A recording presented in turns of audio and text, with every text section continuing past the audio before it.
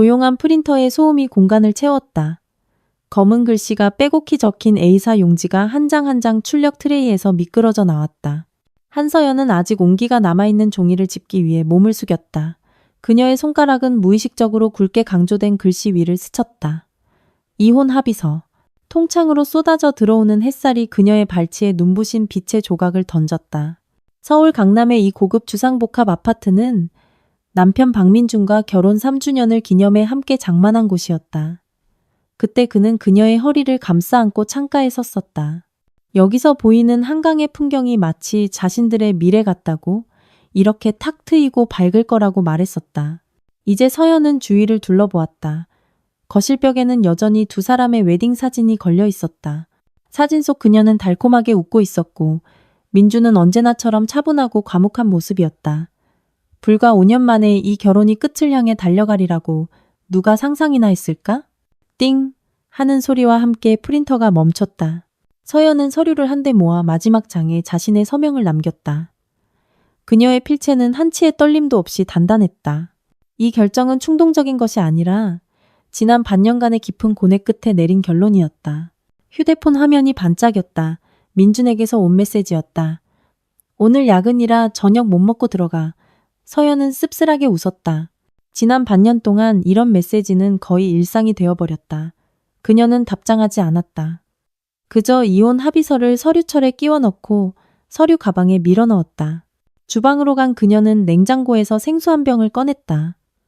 차가운 액체가 목을 타고 넘어갈 때 문득 지난주 남편의 셔츠깃에서 발견했던 립스틱 자국이 떠올랐다. 옅은 펄이 들어간 핑크색, 그녀의 색이 아니었다. 민준에게 그 자국에 대해 물었을 때 그는 그저 인상을 찌푸리며 회사 인턴이 실수로 스친 것이라고 했다. 인턴이 그렇게 당신 가까이 다가왔어? 그녀는 자신의 목소리가 날카롭게 마치 다른 사람의 것처럼 들렸던 것을 기억했다. 민주는 태블릿을 내려놓으며 무서울 정도로 차분하게 말했다. 서연아, 요즘 당신 너무 예민해. 이런 사소한 일로 계속 다툴 거면 우리가 결혼한 의미가 뭐야? 그 순간 서연은 자신이 알던 다정하고 세심했던 남편은 어쩌면 처음부터 존재하지 않았을지도 모른다는 것을 깨달았다. 그때 갑자기 전화벨이 울려 서연의 회상을 끊었다. 액정에는 엄마라고 떠 있었다. 그녀는 심호흡을 한 번 하고 전화를 받았다. 서연아, 이혼은 어떻게 돼가니? 엄마 김지숙의 목소리는 언제나처럼 직설적이었다. 방금 서명했어요. 서연은 발코니로 걸어가 멀리 보이는 도시의 스카이라인을 바라보았다. 오늘 저녁에 그 사람 오면 보여줄 거예요. 수화기 너머로 몇 초간 침묵이 흘렀다. 정말 후회 없겠어? 엄마의 말투가 어딘가 이상했다. 그래도 결혼 5년인데. 엄마! 서연이 말을 끊었다. 엄마가 먼저 이혼하라고 했잖아요. 박민준 같은 남자한테 내 청춘을 낭비할 가치가 없다고요. 물론 기억하지. 지숙의 목소리가 갑자기 낮아졌다. 그냥 요즘 계속 마음이 좀 그렇다. 민준이 최근에 뭐 이상한 점은 없었고? 서연은 휴대폰을 쥔 손에 힘을 주었다. 잦은 야근, 휴대폰 비밀번호 변경, 나에게 점점 차가워진 태도, 그리고 그 립스틱 자국까지. 하지만 그녀는 이 중 어느 것도 엄마에게 말하지 않았다. 별일 없었어요. 그녀는 마침내 말했다. 그냥 감정이 식었을 뿐이에요. 서연아. 엄마의 목소리가 갑자기 진지해졌다. 엄마랑 약속해. 무슨 일이 있어도 너무 충동적으로 행동하지 않겠다고. 어떤 일들은 보이는 게 다가 아닐 수도 있어. 서연은 미간을 찌푸렸다. 엄마, 무슨 말씀을 하고 싶으신 거예요? 아니야, 그냥 여자의 직감이지. 지숙은 화제를 돌렸다. 참 다음 주에 아빠 생신인 거 알지? 저녁 먹으러 꼭 와라. 전화를 끊고 서연은 발코니에 선체 생각에 잠겼다. 엄마의 말이 설명할 수 없는 불안감을 불러일으켰다. 늘 직설적이던 엄마가 오늘처럼 무언가 말하려다 마는 모습은 극히 이례적이었다. 저녁 9시가 되어도 민주는 돌아오지 않았다. 서연은 거실 소파에 앉아 있었다. 이혼 합의서는 거실 테이블 가장 잘 보이는 곳에 놓여 있었다. 그녀는 TV를 켜고 멍하니 채널을 돌렸다. 10시 15분 그녀의 휴대폰이 갑자기 울렸다. 모르는 번호였다. 여보세요? 박민준 씨 아내 되십니까? 낯선 여자의 목소리가 시끄러운 배경음과 함께 들려왔다. 네, 맞는데요. 누구시죠? 서울중앙병원 응급실입니다. 남편분이 방금 실려오셨습니다. 갑작스러운 뇌출혈로 상태가 위독해 즉시 수술이 필요합니다. 빨리 오셔서 수술 동의서에 서명해 주셔야겠습니다. 서연은 순간 현기증을 느꼈다. 본능적으로 소파 팔걸이를 붙잡았다. 뇌출혈이요? 어떻게? 멀쩡하던 사람이요. 고혈압으로 인한 것으로 추정됩니다. 정확한 상황은 검사 후에 알 수 있습니다. 최대한 빨리 와주세요. 응급센터 3층 수술실에 있습니다. 전화를 끊고 서연은 몇 초간 멍하니 서 있다가 열쇠와 코트를 집어들고 아파트에서 거의 뛰쳐나왔다. 엘리베이터가 내려가는 수십 초 동안 머릿속에는 수많은 생각이 스쳐 지나갔다. 민주는 자신이 고혈압이라고 말한 적이 없었다. 최근 계속 두통을 호소했었다. 지난주에는 건강검진 결과지를 가져와서는 바로 서랍에 잠가버렸다. 지하 주차장은 서늘했다. 서연의 손가락이 떨려 3번 만에 겨우 차에 시동을 걸었다. 병원으로 가는 길에 그녀는 빨간 신호를 무시하고 달렸고 갑자기 차선을 변경한 택시와 거의 부딪힐 뻔했다. 택시 기사가 창문을 내리고 욕설을 퍼부었지만 그녀의 귀에는 거의 들리지 않았다. 귓가에는 오직 자신의 빠른 심장 박동 소리만 요란하게 울렸다. 서연이 병원 3층에 도착했을 때 수술실 위에는 이미 붉은 등이 켜져 있었다. 흰 가운을 입은 의사가 간호사와 이야기를 나누고 있었다. 그녀가 황급히 다가오는 것을 보고 의사가 다가왔다. 박민준 씨 보호자 되십니까? 아내입니다. 서연은 숨을 헐떡이며 말했다. 상태는요? 수술은 시작됐나요? 의사는 안경을 고쳤었다. 상황이 위급합니다. 일단 응급 처치는 했지만 이후 수술을 위해서는 보호자 서명이 필요합니다. 그는 그녀에게 서류를 내밀었다. 수술 동의서입니다. 몇 가지 위험성에 대해 알고 계셔야 합니다. 서연이 서류를 받아 막 서명하려던 순간 다시 전화벨이 울렸다. 엄마였다. 엄마, 저 지금 병원이에요. 민준 씨가. 나도 알아. 지숙이 그녀의 말을 끊었다. 방금 사돈어른께 전화 받았어. 서연아, 내 말 잘 들어. 너 당장 병원에서 나와. 서연은 어안이 벙벙했다. 네? 하지만 수술하려면 제 서명이 필요하대요. 안 돼! 엄마의 목소리는 비정상적으로 단호했다. 어차피 이혼하기로 한마당에 법적으로 넌 곧 그의 보호자가 아니게 될 거야. 그 책임은 네가 질 필요 없어. 하지만 엄마, 하지만은 없어. 지숙의 어조는 반박을 허용하지 않았다. 병원에는 응급 절차가 있어. 네 서명이 없어도 사람을 구하게 되어 있어. 하지만 네가 지금 끼어들면 이후의 모든 책임이 너에게 돌아올 거야. 너 이모 친구 딸 얘기 잊었어? 서연의 손이 허공에 멈췄다. 이모 친구의 딸은 작년에 이혼 소송 중에 전 남편이 사고를 당했다. 그녀는 착한 마음에 간병을 도맡았지만 나중에 전 남편 가족들은 그녀 탓이라며 비난했고 거액의 돈까지 물어줘야 했다. 의사가 의아한 표정으로 그녀를 바라봤다. 보호자분. 서연은 수술 동의서와 붉은 등이 켜진 수술실을 번갈아 보다가 문득 혼란에 빠졌다. 의사 선생님 좀 바꿔줘봐. 지숙이 말했다. 서연은 기계적으로 의사에게 휴대폰을 건넸다. 의사는 전화를 받아 몇 마디 짧게 대화를 나누더니 의아했던 표정이 이해한다는 표정으로 바뀌었고 마침내 고개를 끄덕였다. 알겠습니다. 저희는 응급 절차에 따라 진행하겠습니다. 의사가 서연에게 휴대폰을 돌려주었다. 어머님께서 이혼 절차를 밟고 계시다고 하더군요. 그렇다면 다른 직계 가족이 서명하는 것이 맞습니다. 시어머님께서 지금 오고 계십니다. 서연은 그 자리에 서서 기묘한 이질감을 느꼈다. 불과 몇 시간 전만 해도 민준에게 이혼을 통보하려던 그녀가 이제는 수술실 밖에서 그의 생사를 걱정하고 있었다. 더 이상한 것은 마치 어떤 위험을 예견이라도 한 듯 그녀를 필사적으로 말리려는 엄마의 태도였다. 서연은 결국 수술이 끝나는 것을 기다리지 않았다. 엄마의 강권에 못 이겨 병원을 나섰지만 집으로 가지 않았다. 대신 차를 몰아 부모님 댁으로 향했다. 지숙이 문을 열어주었다. 그녀는 아무것도 묻지 않고 그저 따뜻한 차 한 잔을 건넸다. 서연은 찻잔을 받아들고 세라믹을 통해 손바닥으로 전해지는 온기를 느꼈다. 엄마 대체 왜? 그녀가 막 입을 열자 엄마가 손을 들어 제지했다. 왜인지는 나중에 묻고 지숙은 그녀의 맞은편에 앉았다. 이것부터 말해봐. 민준이가 최근에 정말 그냥 감정이 식은 것뿐이었니? 다른 이상한 점은 없었고? 서연은 잠시 망설였지만 결국 립스틱 자국에 대해 털어놓았다. 뜻밖에도 엄마는 분노하거나 놀라는 기색이 없었다. 그럴 줄 알았어. 지숙은 중얼거리더니 자리에서 일어나 침실로 들어갔다. 다시 나왔을 때 그녀의 손에는 서류철 하나가 들려 있었다. 이거 봐. 서연이 서류철을 열었다. 안에는 여러 장의 은행 거래 내역서 사본과 사진들이 들어 있었다. 사진 속 민주는 젊은 여자와 고급 레스토랑에서 식사를 하고 있었다. 두 사람의 행동은 매우 다정해 보였다. 날짜는 지난달, 그가 야근이 잦아지기 시작한 바로 그 시점이었다. 이건 내 이모딸이 은행에서 일하잖아. 지숙은 담담하게 말했다. 지난주에 우연히 민준이 계좌에서 거액이 빠져나간 걸 발견했대. 뭔가 이상하다고 나한테 알려주더구나. 그래서 사람을 시켜 며칠 따라붙게 했어. 서연은 자료를 넘겼다. 손이 떨리기 시작했다.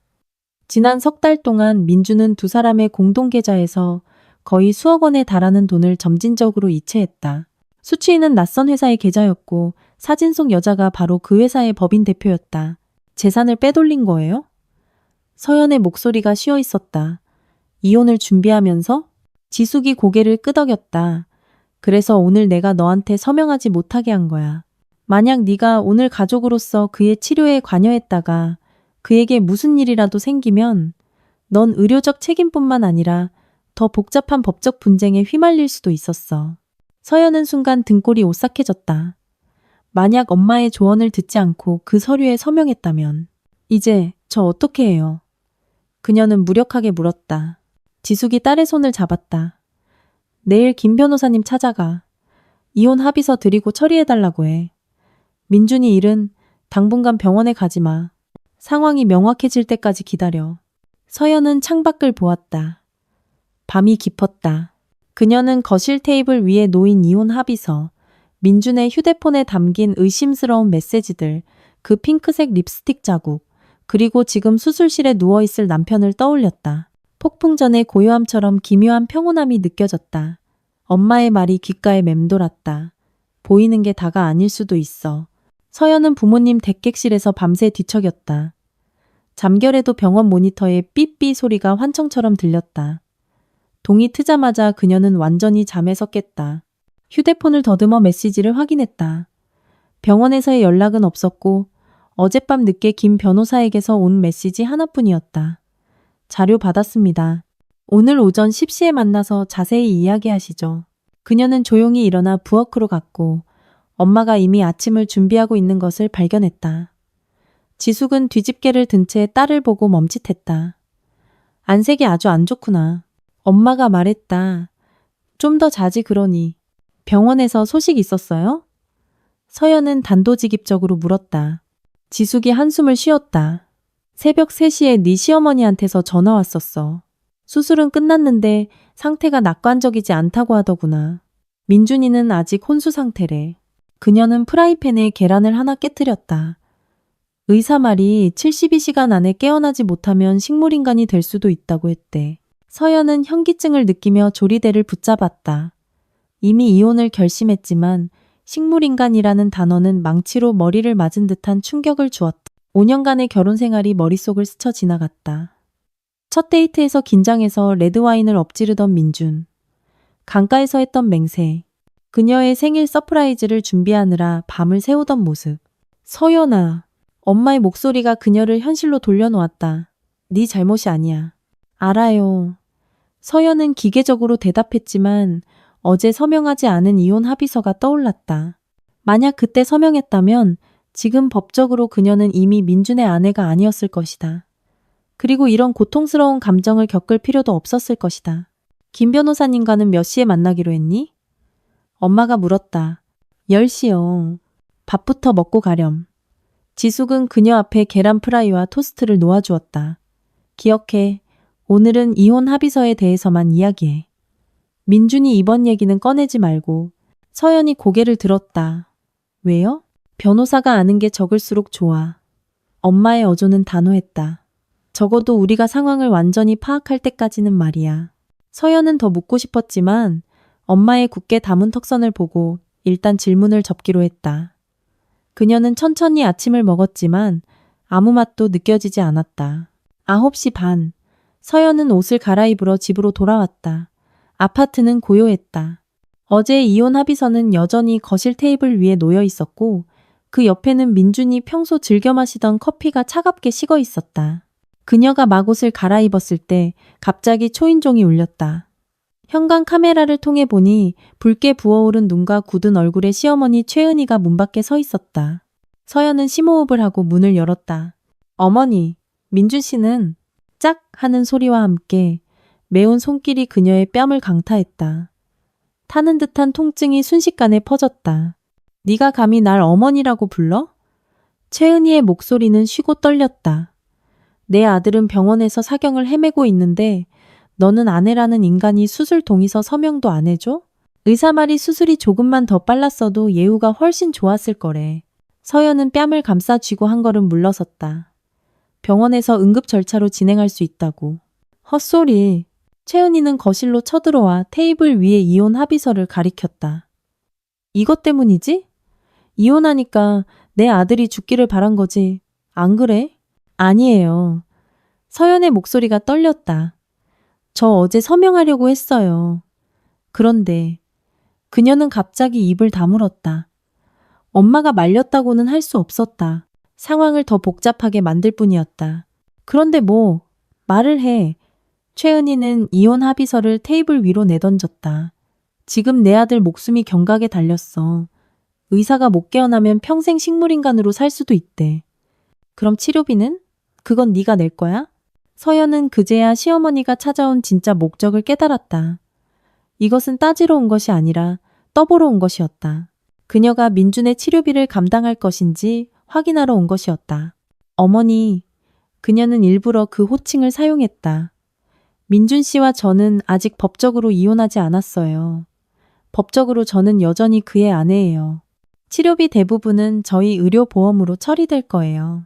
최은희가 눈을 가늘게 떴다. 그럼 본인 부담금은? 간병비는? 앞으로 재활치료비는?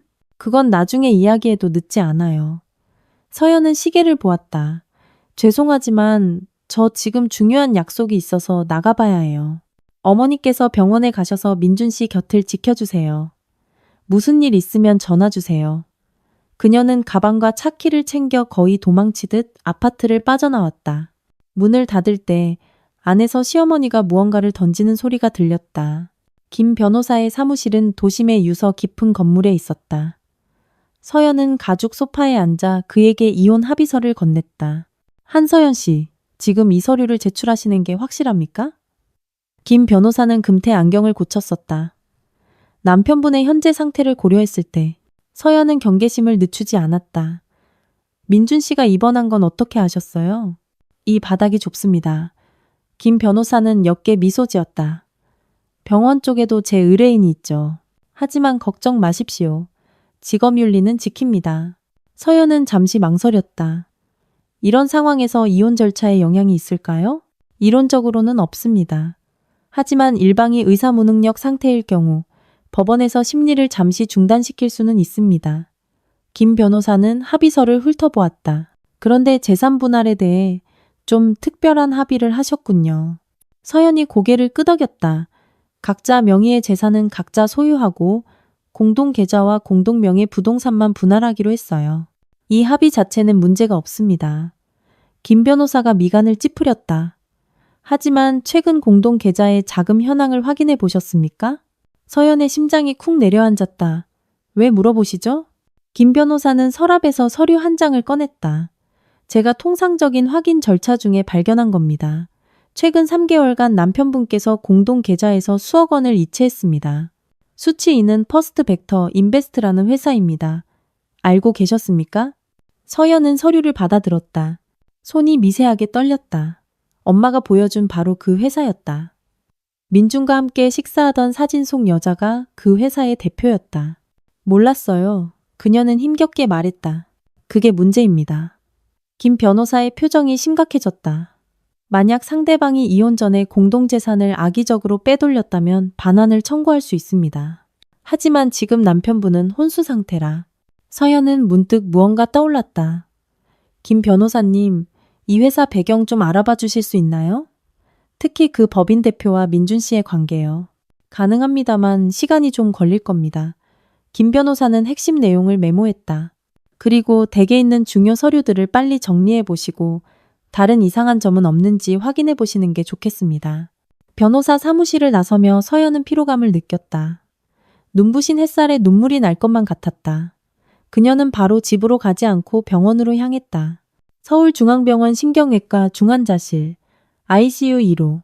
서연은 유리창 너머로 민준을 보았다. 그는 병상에 누워 머리에 붕대를 감고 있었고 몸에는 각종 튜브가 연결되어 있었다. 모니터는 단조롭게 삐 소리를 냈다. 젊은 의사가 다가왔다. 보호자분이신가요? 아내입니다. 서연이 말했다.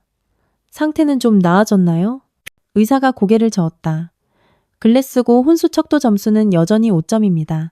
깨어날 기미가 보이지 않습니다.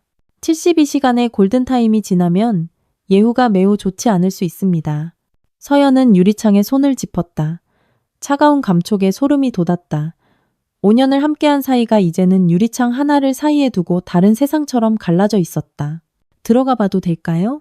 규정상 직계 가족만 출입이 가능합니다만. 의사는 잠시 망설였다. 격리복을 입고 5분 정도는 괜찮습니다. 파란색 격리복과 마스크, 모자를 쓰고 서연은 조심스럽게 중환자실 문을 밀고 들어갔다. 소독약 냄새가 각종 약품 냄새와 섞여 훅 끼쳐왔다. 그녀는 민준의 침대 곁으로 다가가 조심스럽게 그의 손을 잡았다. 한때 따뜻하고 힘있던 손은 이제 차갑고 축 늘어져 있었다. 민준 씨. 그녀는 조용히 불렀지만 무슨 말을 해야 할지 몰랐다. 재산을 왜 빼돌렸냐고 물어야 할까? 그 여자는 누구냐고 물어야 할까? 아니면 우리의 결혼은 이제 끝났다고 말해야 할까? 모니터의 곡선은 변화 없이 규칙적으로 파동쳤다. 5분은 금방 지나갔다. 간호사가 나가야 할 시간이라고 손짓했다. 서연은 마지막으로 남편을 한 번 더 쳐다보고 중환자실을 나왔다. 복도에서 그녀는 민준의 사촌인 박진호와 마주쳤다. 평소 허름한 차림이던 그가 오늘은 번듯한 정장을 입고 서류철을 들고 있었다. 형수님, 진우는 힘겹게 미소를 지었다. 방금 의사 선생님 뵙고 오는 길이에요. 상황이 별로 안 좋네요. 서연이 고개를 끄덕였다. 저도 들었어요. 그게. 진우는 손을 비볐다. 처리해야 할 서류 절차가 좀 있더라고요. 치료비 정산이나 보험 같은 거요. 형이 미리 처리해 둔 게 좀 있어서. 무슨 처리요? 서연은 경계하며 물었다. 뭐 좀 재정적인 문제들이요. 진우의 시선이 흔들렸다. 보험 들어둔 게 있는데 수익자 변경도 해야 하고 뭐 그렇더라고요. 아무튼 되게 복잡해요. 의사 선생님 말이 치료가 길어질 수도 있고 비용도 만만치 않을 거라고 해서요. 서연은 진우의 손에 들린 서류를 뚫어지게 쳐다봤다. 저 좀 보여줄 수 있어요? 이건... 진우는 서류를 등 뒤로 숨겼다.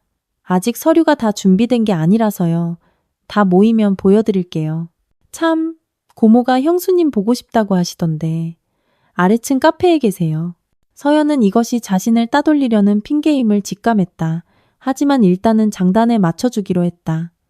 알겠어요. 지금 가볼게요. 그녀는 엘리베이터 쪽으로 향했지만 1층 버튼을 누르지 않았다. 대신 한층 아래에서 내려 계단을 통해 다시 중환자실이 있는 층으로 돌아왔다. 복도에는 진우가 없었고 간호사 데스크에 간호사가 어떤 서류를 접수하고 있었다. 방금 저 남자분이 제출한 서류가 뭐예요? 서연은 다가가 물었다. 간호사가 고개를 들었다. 누구신지. 박민준 씨 아내예요. 서연은 신분증을 보여주었다. 방금 제 남편 사촌이 제출한 서류가 뭔지 알고 싶어요. 간호사는 신분증을 확인하고는 복사본 한 장을 건네주었다. 생명보험금 청구 신청서입니다. 가족분들이 부탁해서 제출한다고 하시더군요. 서연은 서류를 받아들었다. 심장이 갑자기 미친 듯이 뛰었다. 거액의 생명보험 증권이었다. 보험 계약자는 민준이었고 피보험자 역시 민준이었다. 그녀를 가장 충격에 빠뜨린 것은 수익자란의 아내인 서연이 아닌 사촌 박진우의 이름이 선명하게 적혀 있다는 사실이었다. 보험금은 5억 원. 서연의 손이 떨려 종이를 제대로 들 수 없을 정도였다. 5억 원의 생명보험 수익자가 아내가 아닌 사촌이라니 이것은 전혀 상식에 맞지 않았다. 그녀는 재빨리 서류 전체를 휴대폰으로 촬영하고 원본을 간호사에게 돌려주었다. 이 보험은 언제 가입된 건가요? 간호사가 기록을 확인했다. 3달 전입니다. 아, 여기 특약사항이 있네요. 피보험자가 보험 가입 후 1년 이내에 질병으로 사망 시 보험사는 보험금 지급을 거절할 수 있다고요. 서연의 머릿속에서 경보음이 울렸다. 3달 전 민준이 재산을 빼돌리기 시작한 바로 그 시점이었다. 그리고 질병으로 인한 사망 조항은 그의 현재 상태와 기가 막히게 일치했다. 그녀가 더 물어보려던 순간 전화벨이 울렸다. 엄마였다. 서연아, 어디니? 지숙의 목소리는 비정상적으로 다급했다. 병원이에요, 엄마. 저 이상한 걸 발견했어요. 당장 거기서 나와. 엄마가 그녀의 말을 끊었다. 빨리 집으로 와. 아주 중요한 할 얘기가 있어. 하지만 지금 당장 나와. 네가 발견한 건 아무한테도 말하지 말고. 엄마는 거의 명령하듯 말하고는 전화를 끊었다. 서연은 혼란스러웠지만 엄마의 심상치 않은 태도에 지체할 수 없었다. 그녀는 서둘러 엘리베이터로 향하다가 모퉁이에서 진우와 거의 부딪힐 뻔했다. 형수님, 진우는 놀란 표정이었다. 고모한테 안 가셨어요? 뭘 좀 깜빡해서요. 서연은 억지 미소를 지었다. 이제 가려고요? 진우의 시선이 그녀가 꽉 쥔 휴대폰에 머물렀다. 안색이 안 좋으신데 제가 모셔다 드릴까요? 아니요, 괜찮아요. 서연은 그의 옆을 스쳐 지나갔다. 가볼게요. 무슨 일 있으면 전화로 연락해요. 엘리베이터에 들어서서야 그녀는 깊은 한숨을 내쉬었다. 그제야 등 전체가 식은땀으로 축축하다는 것을 깨달았다. 엘리베이터가 1층에 도착하고 그녀는 서둘러 로비를 가로질렀지만 출구에서 흰 가운을 입은 남자에게 가로막혔다. 한서연 씨 맞으십니까? 남자는 신분증을 내밀었다. 저는 보험회사 조사관입니다. 박민준 씨 건으로 몇 가지 여쭤볼 게 있어서요. 서연은 경계하며 한 걸음 물러섰다. 지금은 곤란합니다. 몇 분이면 됩니다. 남자는 끈질겼다. 저희가 그 생명보험건에 대해 몇 가지 의문점이 있어서요. 전 아무것도 모릅니다. 서연은 그를 비켜섰다. 제 남편 사촌인 박진우 씨에게 직접 연락하세요. 그 사람이 수익자니까요. 그녀는 주차장으로 재빨리 걸어갔다. 심장이 북처럼 울렸다. 차의 타문을 잠그자마자 그녀는 김 변호사에게 메시지를 보냈다. 민준 씨 생명보험 증권을 발견했어요.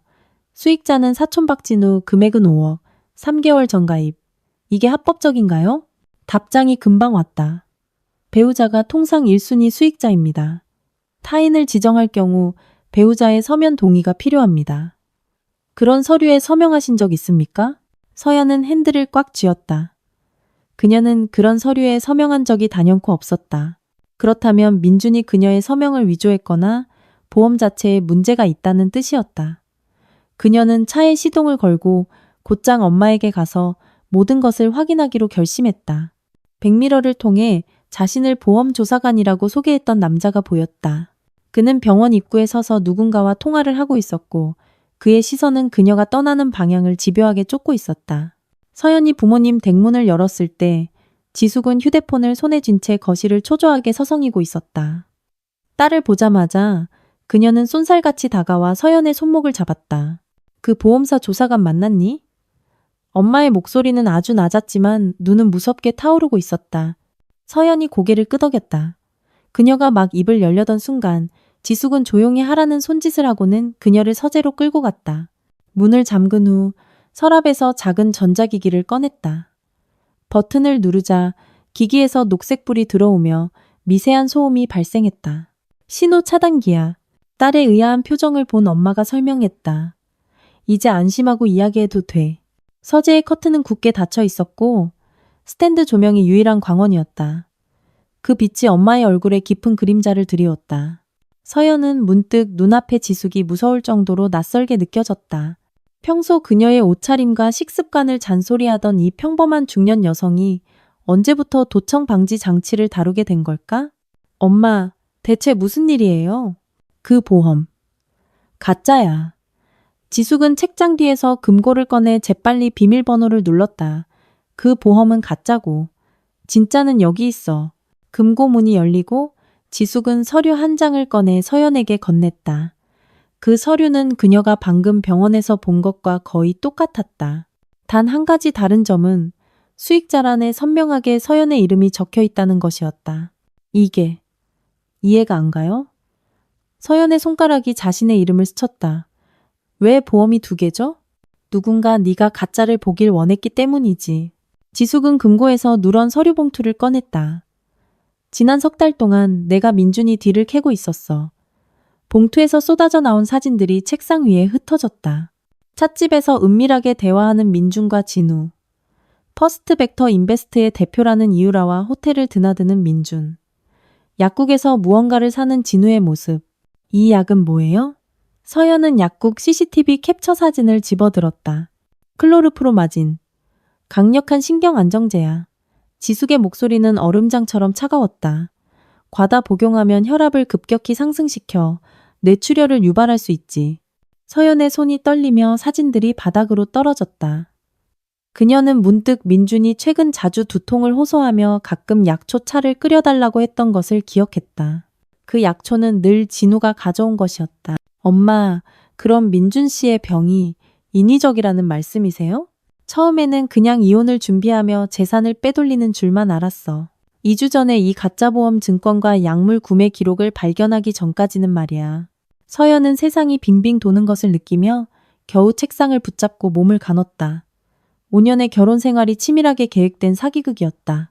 평생 사랑하겠다던 남자가 사실은 사촌과 공모하여 자신을 해치려 하고 있었다. 왜요? 그녀는 멀리서 들려오는 듯한 자신의 목소리를 들었다. 돈 때문이지. 지숙이 냉소했다. 너희 공동 계좌, 부동산, 보험금까지 합치면 거의 20억 원이야. 아마 처음 계획은 이혼하고 절반을 챙기는 거였겠지. 하지만 더 효과적인 방법을 찾아낸 거야. 서연은 문득 무언가 떠올랐다. 그 가짜 보험 증권에 피보험자가 보험 가입 후 1년 이내에 질병으로 사망 시 보험사는 보험금 지급을 거절할 수 있다는 조항이 있었어요. 바로 그거야. 엄마가 고개를 끄덕였다. 네가 그 보험이 진짜라고 믿고 민준이가 자연적인 질병으로 죽었다고 믿었다면 그가 불행하게 죽은 후에 5억 원의 보험금이 날아갔다고 생각했겠지. 하지만 실제로는 진짜 보험금이 진우의 주머니로 고스란히 들어갔을 거야. 속이 울렁거려 서연은 화장실로 달려가 구토를 했다. 입을 헹구고 서재로 돌아왔을 때 그녀는 엄마가 증거들을 정리하고 있는 것을 보았다. 이제 어떡해요? 그녀는 힘없이 물었다. 지숙의 표정이 부드러워졌다. 그녀는 딸의 창백한 얼굴을 쓰다듬었다. 첫째, 넌 진정해야 해. 둘째, 병원에 가서 민준이가 깨어났는지 확인해봐. 네? 제가 다시 그를 보러 가야 한다고요? 서연이 벌떡 고개를 들었다. 반드시 가야 해. 엄마의 눈에 날카로운 빛이 스쳤다. 그가 깨어났다면 10중 8구 스스로 정체를 드러낼 거야. 만약 깨어나지 못했다면 진우가 다음 행동을 개시할 수도 있어. 서연은 엄마의 의도를 깨달았다. 뱀을 굴에서 끌어내려는 거죠? 똑똑하구나. 지숙은 드물게 미소 지었다. 기억해. 아무것도 모르는 척 행동해. 슬프고 무력하고 혼란스러운 척. 넌 연기할 필요도 없어. 지금 내 상태가 완벽하니까. 서연이 다시 중환자실 앞에 섰을 때 유리창 너머의 광경은 그녀를 숨막히게 했다. 민준이 깨어 있었다. 그는 베개에 기댄 채 앉아 흰 가운을 입은 의사와 대화를 나누고 있었다. 얼굴은 창백했지만 의식은 완전히 돌아온 듯 보였다. 그녀의 첫 반응은 돌아서서 도망치는 것이었지만 엄마의 말이 귓가에 맴돌았다. 심호흡을 한번 하고 서연은 병실 문을 밀고 들어갔다. 민준이 고개를 돌렸다. 그의 시선이 그녀에게 닿았지만 아무런 감정도 담겨 있지 않았다. 마치 낯선 사람을 보는 듯했다. 그의 목소리는 약했지만 또렷했다. 누구시죠? 서연은 그 자리에 얼어붙었다. 그가 그녀를 알아보지 못했다. 한서연 씨, 의사가 다가와 조용히 설명했다. 남편분께서 의식은 회복하셨지만 역행성 기억 상실 증세를 보이고 있습니다. 현재 본인의 신분과 대부분의 인생 경험은 기억하시지만 최근 인연에 대한 기억, 특히 인간관계에 대한 기억이 매우 희미한 상태입니다. 절 기억 못한다는 말씀이세요? 서연은 민준의 얼굴을 뚫어지게 쳐다보며 연기의 흔적을 찾으려 애썼다. 아무래도 그런 것 같습니다. 의사가 미안한 듯 말했다. 하지만 이런 기억 상실은 보통 일시적이며 재활 치료를 통해 호전될 수 있습니다. 우리는 무슨 관계입니까? 민준이 갑자기 의사의 말을 끊고 서연을 똑바로 쳐다보며 물었다. 저는 당신 아내예요. 서연은 한 글자 한 글자 힘주어 말했다. 심장이 미친 듯이 뛰었다. 우리 결혼한 지 5년 됐어요. 민준은 무언가 기억해내려는 듯 미간을 찌푸리다가 고개를 저었다. 죄송합니다. 전혀 기억이 나질 않네요. 그의 표정은 혼란스럽고 솔직해 보였고 연기의 흔적은 찾아볼 수 없었다. 하지만 서연은 그가 아내라는 단어를 말할 때 민준의 오른손이 아주 미세하게 움찔하는 것을 포착했다. 괜찮아요. 그녀는 억지로 미소를 지었다. 당신이 깨어난 것만으로도 가장 큰 행복이에요. 나머지는 천천히 되찾으면 되죠. 의사가 나가고 병실에는 두 사람만 남았다. 모니터의 삐소리가 정적 속에서 유난히 크게 들렸다. 저기, 민준이 망설이며 입을 열었다. 우리 사이 좋았습니까? 서연은 가방끈을 꽉 쥐었다. 왜 그렇게 물으시죠? 그냥. 그는 자신의 결혼 반지를 내려다보았다. 깨어나 보니 중환자실에 누워있고 곁에는 아내가 아니라 어머니와 사촌만 있더군요. 좀 이상하지 않습니까? 서연은 실소를 터뜨릴 뻔했다. 완벽한 연기였다. 기억 상실을 이용해 모든 의심스러운 행동을 설명하려 하다니. 만약 그 반박할 수 없는 사진과 녹음 파일이 없었다면 그녀는 이 뛰어난 배우에게 거의 속아 넘어갈 뻔했다. 최근에 우리 사이에 문제가 좀 있었어요. 그녀는 일부러 애매하게 말했다. 하지만 지금은 다 중요하지 않아요. 민준이 무언가 더 물으려던 순간 병실 문이 벌컥 열리며 진우가 허둥지둥 뛰어들어왔다. 형, 드디어 깨어났구나. 그는 과장되게 침대로 달려들다가 서연을 발견하고는 표정이 굳었다. 아, 형수님도 계셨네요. 서연은 진우의 손에 어떤 법무법인의 로고가 찍힌 서류 봉투가 들려있는 것을 보았다. 진우야, 민준은 혼란스러운 표정으로 사촌을 보았다. 이분이 내 아내라고 하는데 난 전혀 기억이 안 나. 그게 진우는 머리를 극적였다. 의사 선생님이 일시적인 기억 상실이라고 하더라고. 근데 형, 걱정 마. 내가 다 처리해놨어.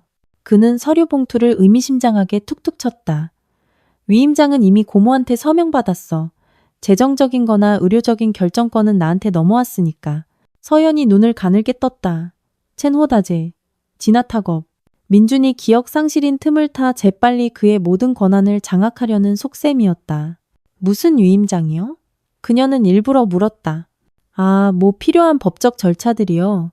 진우는 귀찮다는 듯 손을 내저었다. 형수님도 요즘 고생 많으셨잖아요. 이런 자질구레한 일들은 저한테 맡기세요. 그래요? 서연이 어깨 미소 지었다. 5억 원짜리 생명보험금 청구 절차도 포함해서요? 진우의 표정이 순식간에 굳었다. 병실 안에 공기가 얼어붙는 듯했다. 무슨 보험? 민준이 어리둥절하게 물었다. 형, 기억 안 나? 진우가 황급히 설명했다. 그거 형이 예전에 들어뒀던 보험. 수익자는 저, 맞죠? 서연이 그의 말을 끊었다.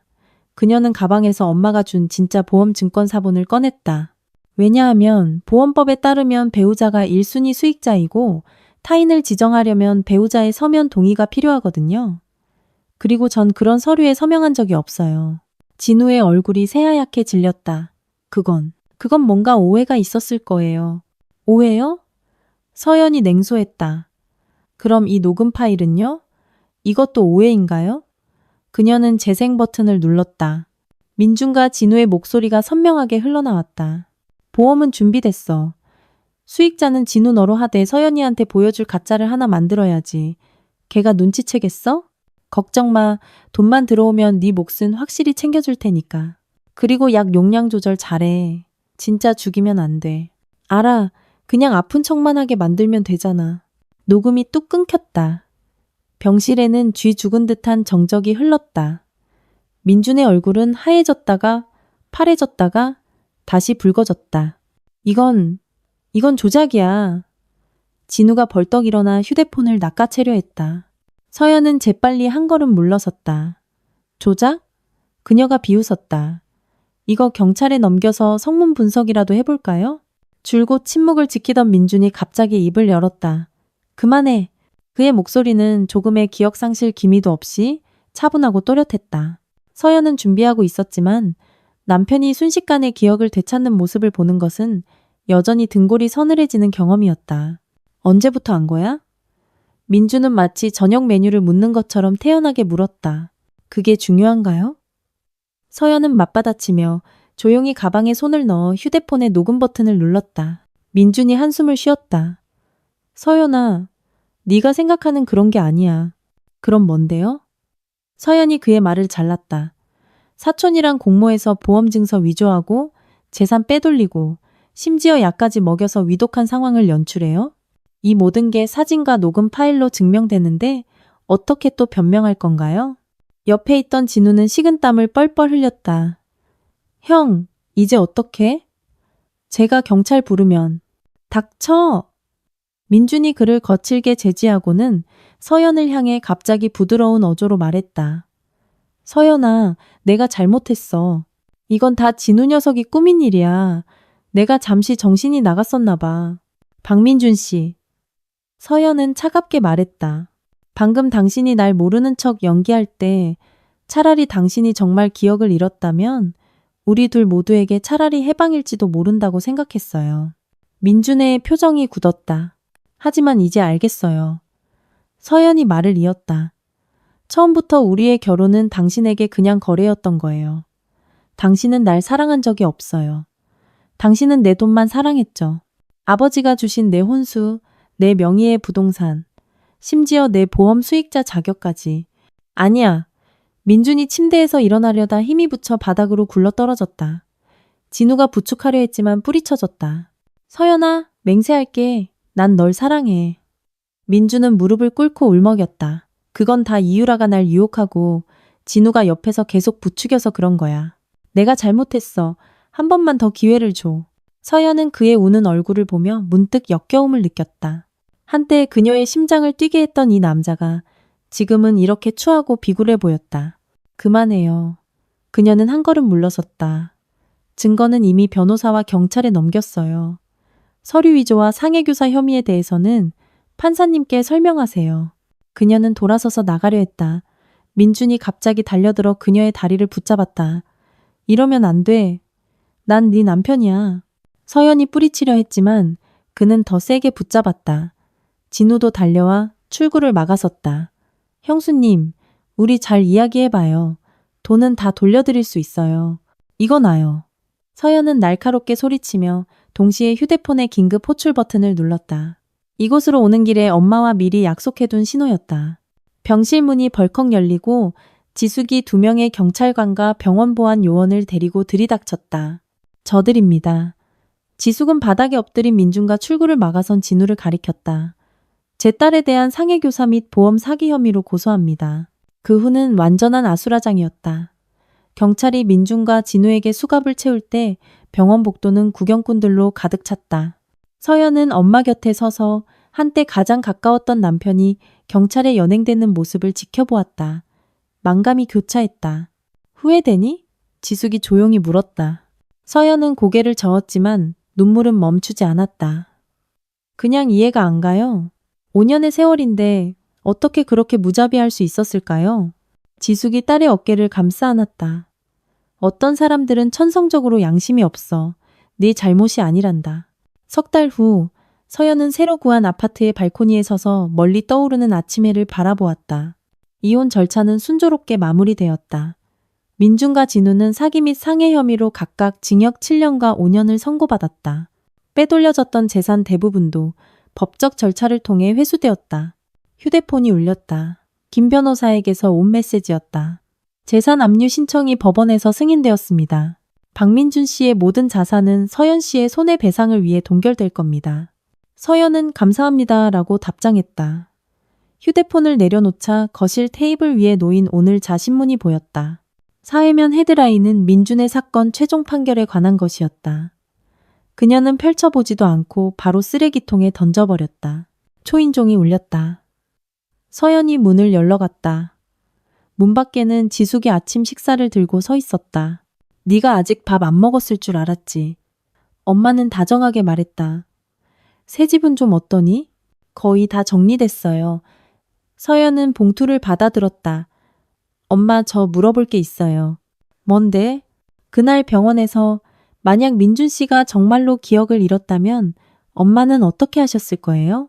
지숙은 잠시 생각에 잠겼다. 난 그에게 너희는 이미 이혼했다고 말했을 거야. 그리고 그가 절대 널 찾지 못할 곳으로 널 데리고 떠났겠지. 서연이 미소 지었다. 그렇게 간단하게요? 그렇게 간단하게. 지숙도 미소 지었다. 때로는 가장 교묘한 전략은 가장 단순한 방법으로 모든 암덩어리를 잘라내는 거야. 기억하렴 서연아. 인생에서 가장 위대한 지혜는 무언가를 어떻게 얻느냐가 아니라 언제 놓아주어야 하는지를 아는 거란다. 햇살이 거실 가득 쏟아져 들어왔다. 서연은 엄마가 가져온 빵을 한 입 베어 물고 오랫동안 잊고 있던 가볍고 평온한 감각을 느꼈다. 지난 5년은 마치 악몽과 같았고 이제 그녀는 마침내 그 꿈에서 깨어났다.